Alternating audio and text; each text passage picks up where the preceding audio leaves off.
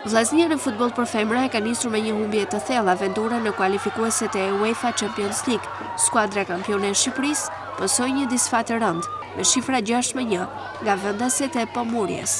45 minutat e para ishin të mira për shkodranët, të cilat gjeten golin 1 minutë nga fundi, duke shkuar në dhomat e zhveshjes me fitore. Ishte mesfushorja Jashari e cila realizoi golin e parë për skuadrën shqiptare, por vetëm kaq për vllaznin në këtë takim, sepse në fraksionin e dytë sfida u dominua nga skuadra e Pomurjes, që realizoi plot 6 herë.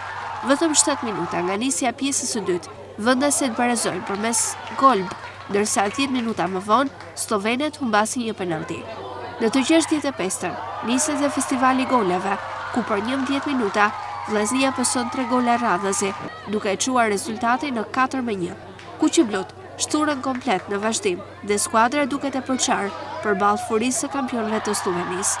Në sekondat e fundit të lojës ka akoma vend për gola, teksa në minutën e 89 Rogan shënon golin e 5, ndërsa 1 minutë më vonë Rozmanic vulos rezultatin në 6-1. Gjithçka përfundon me humbjen e thellë të vllaznisë, e cila pret përballjen me kampionin e Zvicrës, Zyrihun, ndërkohë ekipi i Hajvalis së Kosovës në debutimin e parë në Kupat e Europës ka rritur një barezim 1-1 ndaj ekipit grek të PAOK-ut.